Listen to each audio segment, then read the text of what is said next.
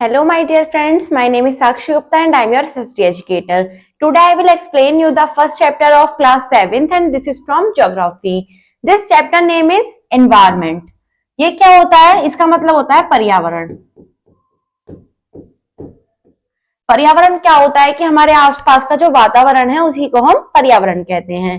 Lesson in brief, आपके points है environment, natural environment, major spheres of environment, ecosystem, human environment, interaction of human and environment. Next देखते हैं, now is time to turn up. Your question is to which environment did this element belong? The correct answer of this question is natural environment.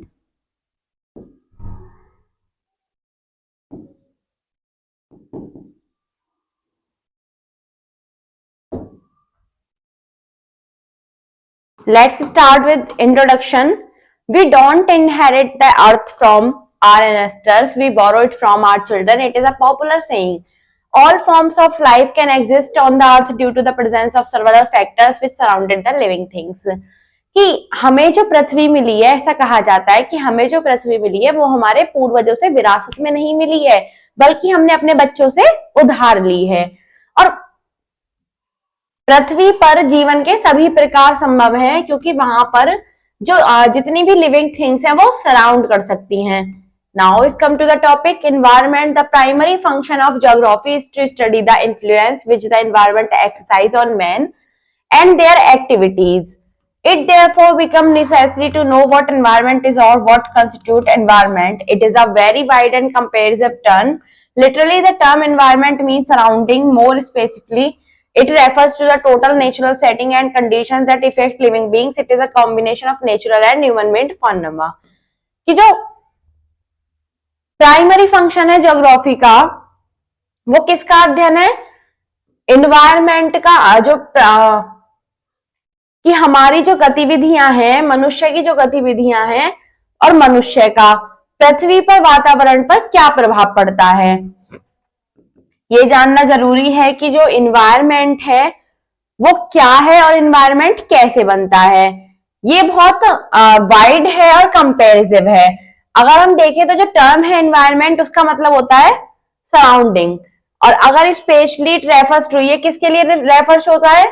Natural setting और conditions that effect living beings, यानी कि प्राकृतिक settings और ऐसी स्थिति जो कि किसी लिविंग बीइंग्स को इफेक्ट करती हो। नेक्स्ट है ये कॉम्बिनेशन होता है नेचुरल ह्यूमन मेड थिंग्स का, जैसे कि बायोटिक और एबोटिक। इसमें दोनों प्रकार की चीजें आती हैं। The world of living organism, जैसे कि प्लांट्स और एनिमल, और the words of non living elements, example land. Will the natural environment refers to both biotic and abiotic condition existing on the earth.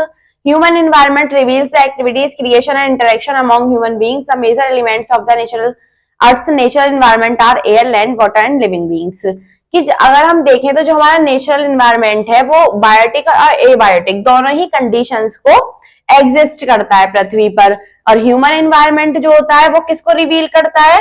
Activity, creation और interaction जो कि human beings द्वारा किए जाते हैं। जो मेजर एलिमेंट हैं अर्थ के नेचुरल एनवायरमेंट में वो है फर्स्ट एयर हवा, सेकंड लैंड भूमि, थर्ड वाटर पानी, और फोर्थ लिविंग बीइंग्स यानी कि ऐसी वस्तुएं जिनमें जीवन हो। नेक्स्ट है natural environment. The earth stands apart from all other planets.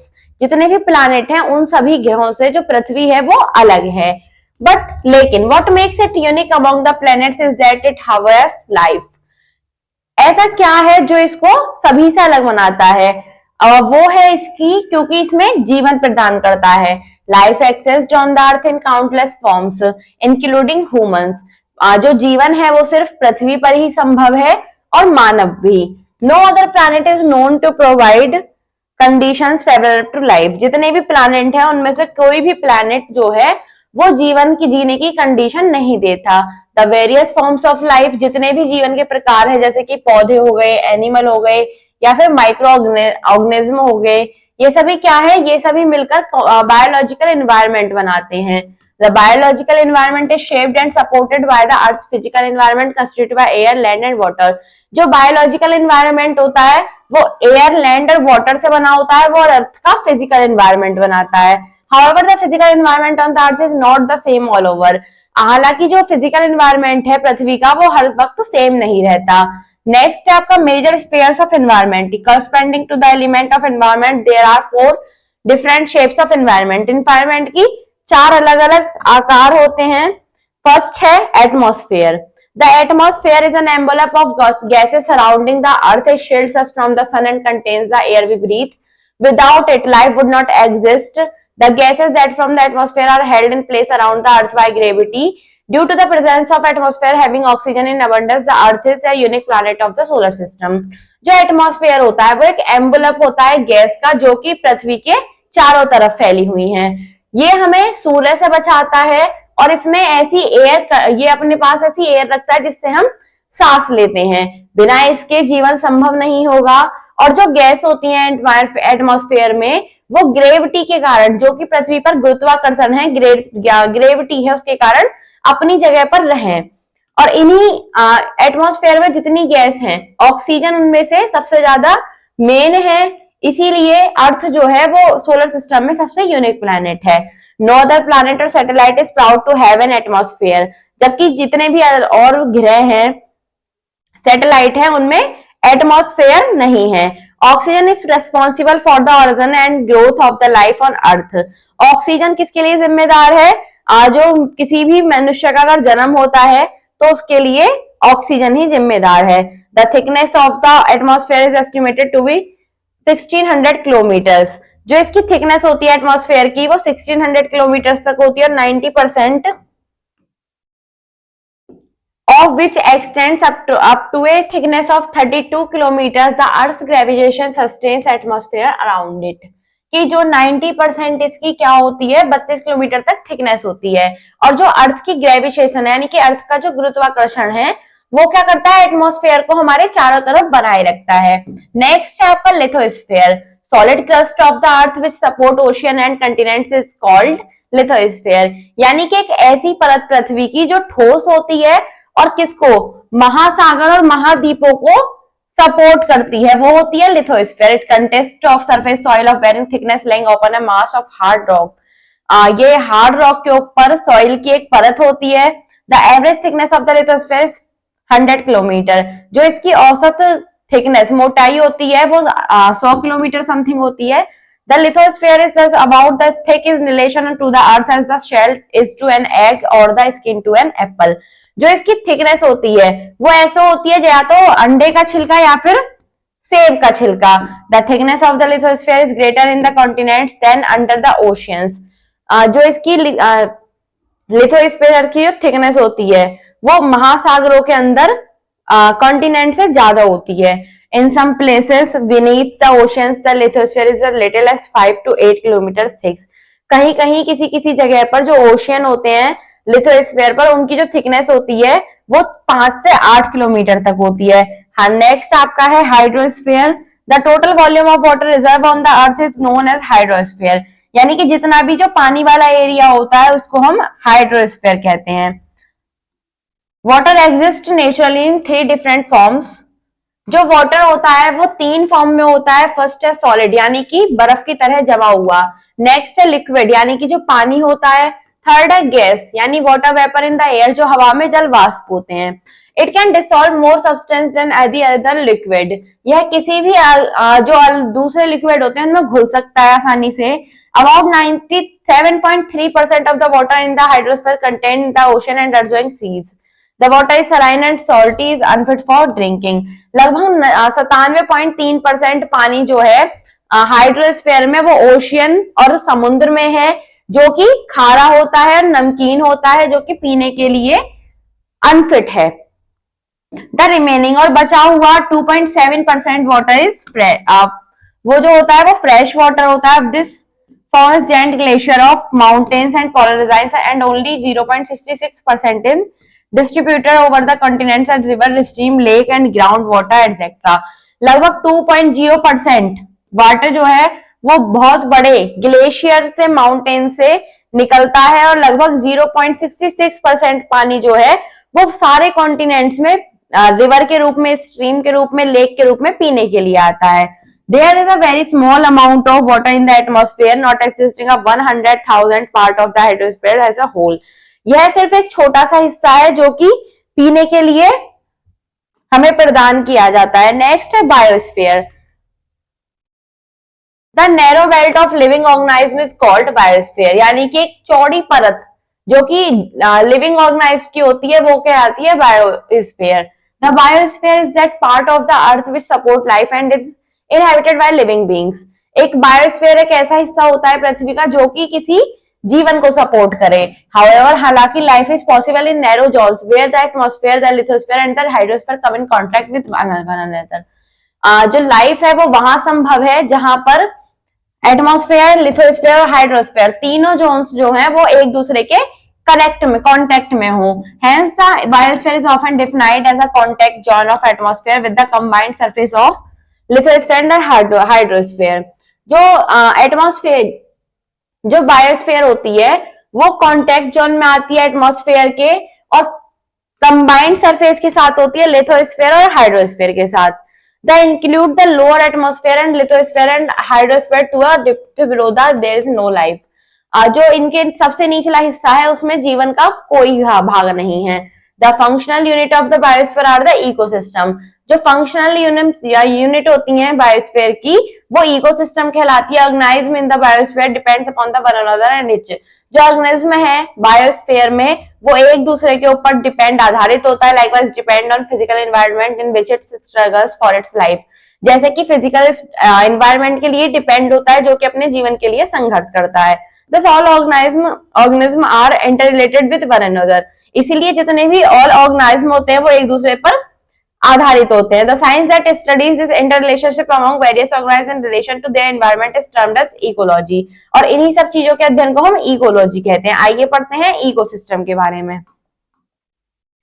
All organism whether belonging to the plant or animal kingdom interact with each other and are interdependent to or one another। यानी जितने भी organism होते हैं वो चाहे plant हो चाहे animal kingdom हो वो सभी आपस में एक दूसरे के साथ कनेक्ट होते हैं। They also interact with their physical environment. वो जो अपना फिजिकल एनवायरनमेंट है उसके साथ भी इंटरेक्ट करते हैं। The complex system of interactions between the organism and their physical environment in particular area refer to an ecosystem. और जो इनका इंटरेक्शन होता है सभी ऑर्गेनिज्म के बीच का वो इनके फिजिकल एनवायरनमेंट से जो एक पर्टिकुलर एरिया निकल के आता है उसको हम इकोसिस्टम कहते हैं। The size of the ecosystem varies greatly. जो इकोसिस्टम का साइज, आकार होता है वो बहुत ज्यादा बड़ा होता है। It can be as large as the rain forest, grassland, desert, lakes, river और एज स्मॉल एज पॉन्ड। ये बड़ा हो सकता है रेन फॉरेस्ट की तरह, ग्रासलैंड की तरह, डेजर्ट की तरह, लेक की तरह, रिवर की तरह, और ये छोटा भी हो सकता है पॉन्ड की तरह। जैसे इसमें आपको एक हेडिंग दी गई है typical point. It contains fish, frog, elves, water lilies and other species that live in and around the pond। इसमें क्या क्या चीजें शामिल होती हैं जैसे कि फिश हो गया, फ्रॉग हो गया, एल्गे हो गया, वाटर लिलीज हो गया, या फिर जितने भी आसपास के जीव जंतु होते हैं वो कहाँ होते हैं, इस पॉन्ड के आसपास होते हैं। Most of the ecosystem are complex and contains thousand of interacting species. ये जो इकोसिस्टम होता है कॉम्प्लेक्स होता है और इसमें जो 1000 से भी ज्यादा स्पेसीज आपस में इनका इंटरेक्टिंग होता है। These species interact with each other and also with the abiotic environment। ये abiotic environment में रहते हैं और एक दूसरे के साथ इंटरेक्ट करते रहते हैं। ह्यूमन एनवायरनमेंट क्या होता है, यानी कि मनुष्यों का पर्यावरण। Human beings are part of environment in which they live. Human beings environment का एक ऐसा पार्ट है जो जीवित रहते हैं। They are to an extent influenced by the environment.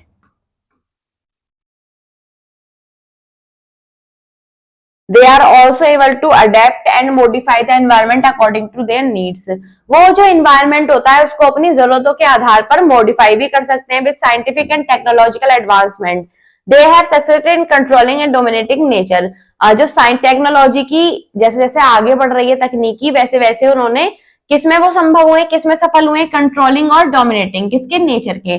The interaction of human beings with the environment is complex in nature. जो interaction होता है ह्यूमन बींग्स का एनवायरनमेंट के साथ वो नेचर में कॉम्प्लेक्स होता है।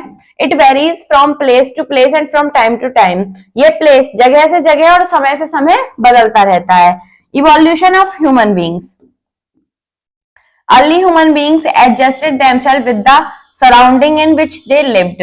जो पहले के मानव थे उन्होंने उस वातावरण में रहना सीख लिया था जहां वे रहते थे। Most of their needs were fulfilled from the environment resources. उनकी जो ज्यादा से ज्यादा आवश्यकताएं थी वो एनवायरमेंटल रिसोर्स से पूरी हो रही थी। With time the quality and quantity of human needs changed. लेकिन समय के साथ जो उनकी मनुष्य की जो आवश्यकता थी वो भी बढ़ी और उनकी क्वालिटी और क्वांटिटी दोनों चेंज हो गई। They started developing techniques and new ways to use the environment. उन्होंने नई नई तकनीकों को डेवलप किया और एनवायरमेंट के उपयोग के नए तरीके अपनाए। इन द पास्ट, पहले human settle in the fertile plains of the river valleys to cultivated land. जो लोग थे वो कहाँ रहते थे? उपजाऊ भूमि पर रहते थे ताकि वो वहां पर खेती कर सके। They domesticated animals and learn to use fire for warmth and protection. वो पशु पालन करते थे, पशुओं को पालते थे और उन्होंने जो आग का प्रयोग करना सीखा वो किसके लिए? ताकि उससे गर्मी पैदा हो और वो सुरक्षा कर सके। The invention of wheel, surplus food production and exchange of surplus goods with other help them to progress. उन्होंने क्या किया?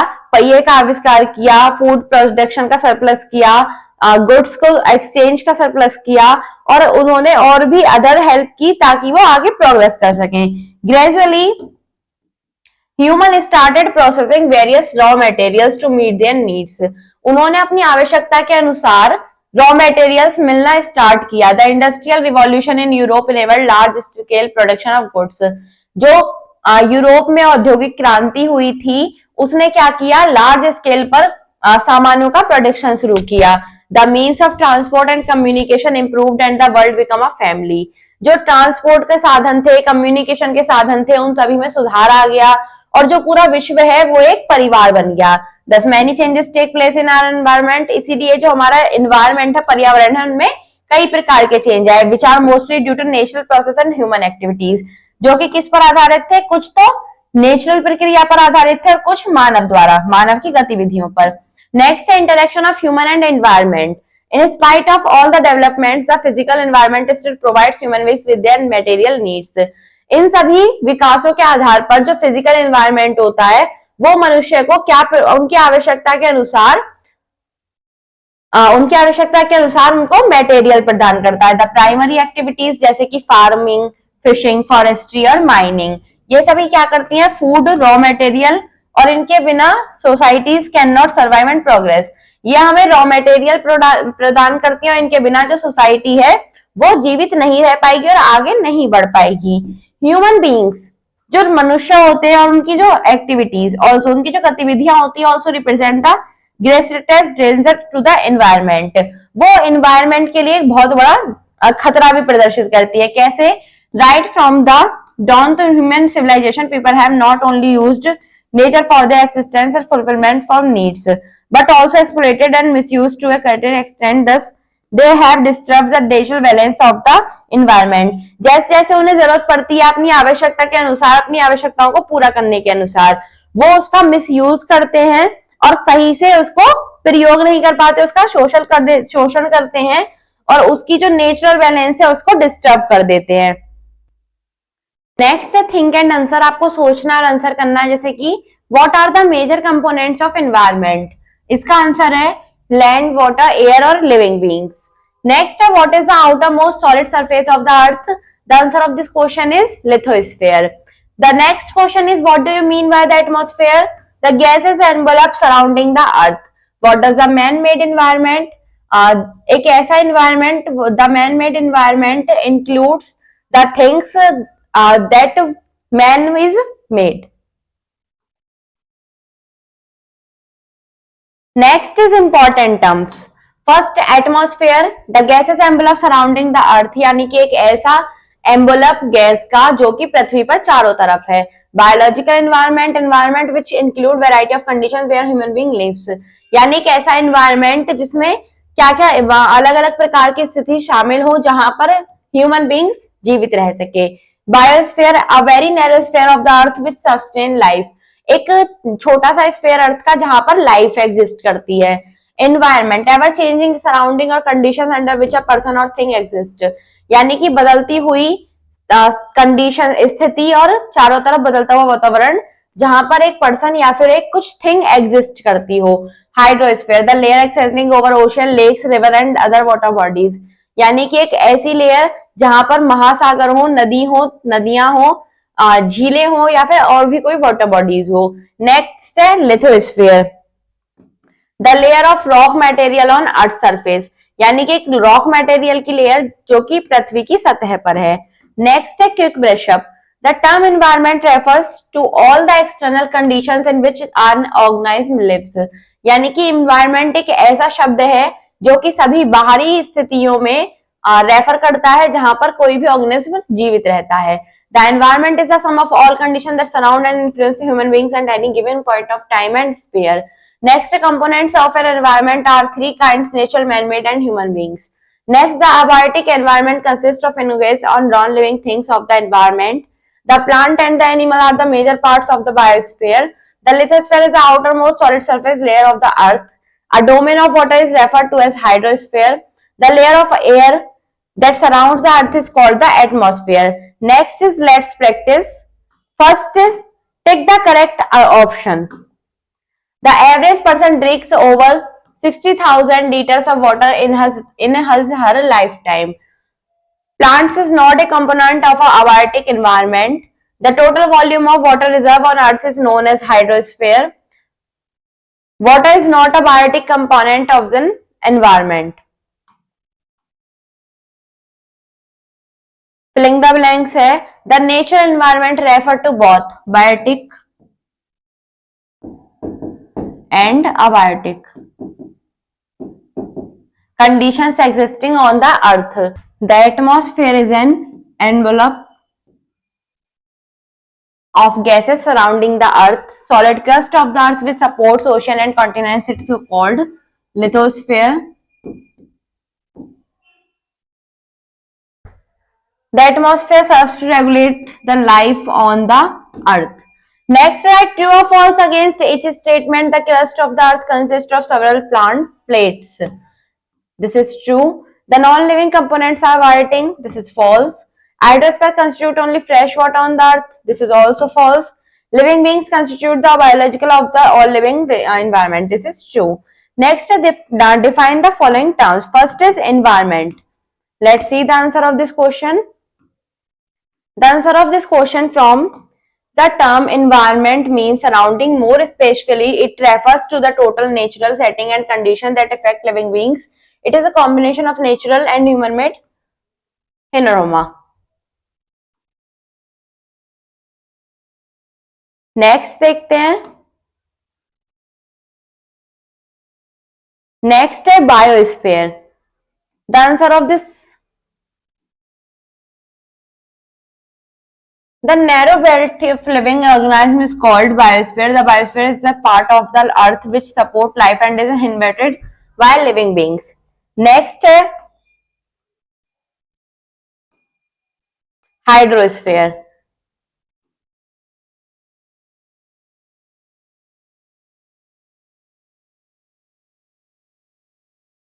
The total volume of water reserve on the earth is known as hydrosphere. Next देखते हैं.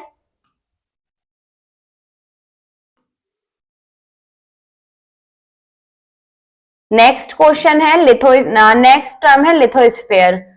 Lithosphere है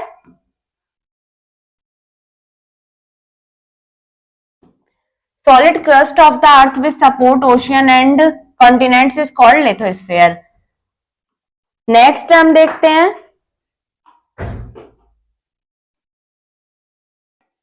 atmosphere.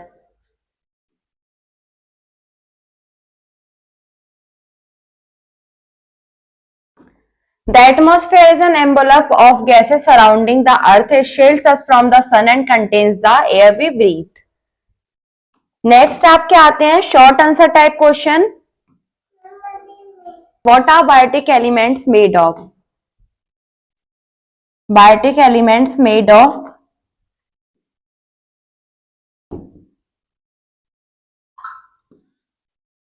Man made things, example land. Next is what are the components of hydrosphere? Let's see the answer of this question.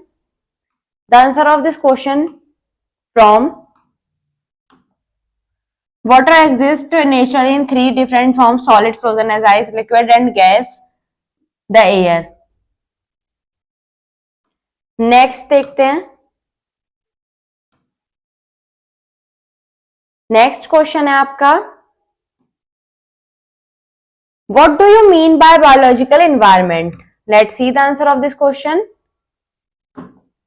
Environment which includes variety of conditions where human beings live is called biological environment.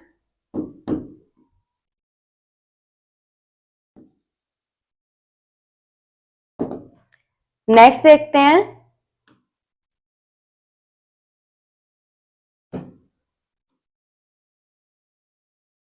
how a natural environment were managed properly.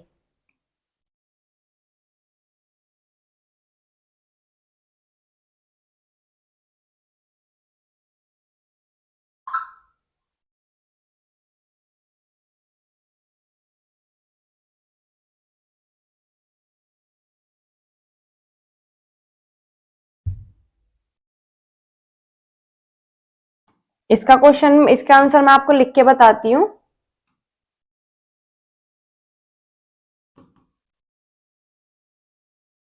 A natural environment we managed properly by reducing, reusing and recycling. Next है long answer type questions. First है what is an ecosystem?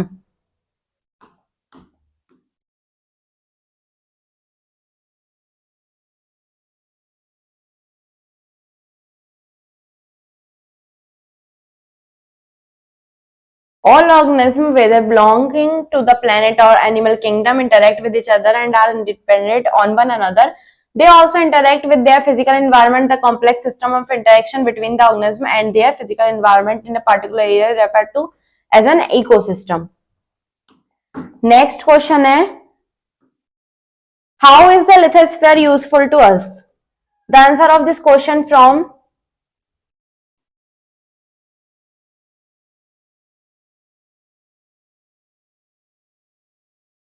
solid crust of the earth which support ocean and continents is called lithosphere. It consists of surface solid of varying thickness laying open.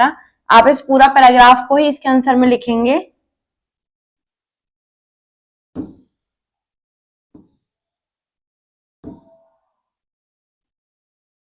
Next question देखते हैं,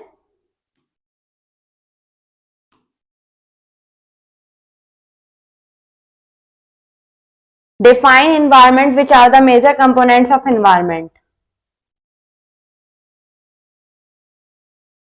The answer of this question from the term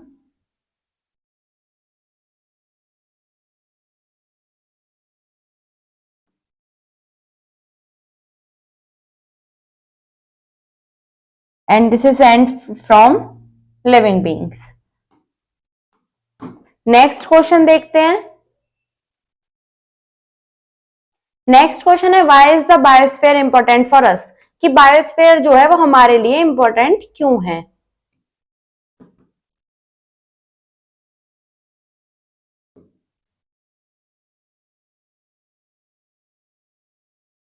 Life is possible in the narrow zones where the atmosphere, the lithosphere and the hydrosphere come in contact with one another. Hence, the biosphere is often defined as the contact zone atmosphere with the combined surface of lithosphere and hydrosphere. They include the lower atmosphere and the lithosphere and the hydrosphere to a depth below which there is no life. The functional units of the biosphere are the ecosystems. Organisms in the biosphere depends upon one another and each likewise depends on physical environment in which it struggle for its life.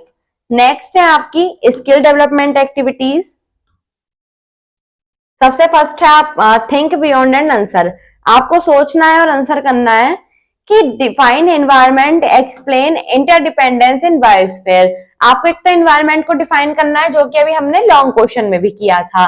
Next है what is atmosphere important for us. आपको बताना है कि जो atmosphere है वो important क्यों होता है। इसका प्रोजेक्ट वर्क है draw a neat diagram of the structure and composition of the atmosphere. आपको एटमॉस्फेयर के कंपोजिशन का और स्ट्रक्चर का एक डायग्राम बनाना है। एक्टिविटी टाइम में आपको करना है फाइंड आउट द रीजन। आपको रीजन फाइंड आउट करने हैं कि why environment is getting degraded nowadays, कि हमारा जो एनवायरमेंट है वो डिग्रेडेड क्यों होता जा रहा है। और organise a class level debate for the protection of an environment. और एक क्लास लेवल पर आपको डिबेट ऑर्गेनाइज करनी है ताकि आप एनवायरमेंट के प्रोटेक्शन के बारे में बात कर सकें। क्रॉस कनेक्ट में आपको एक पावर पॉइंट प्रेजेंटेशन बनानी है जिसका टॉपिक होना चाहिए इकोसिस्टम। Thank you students.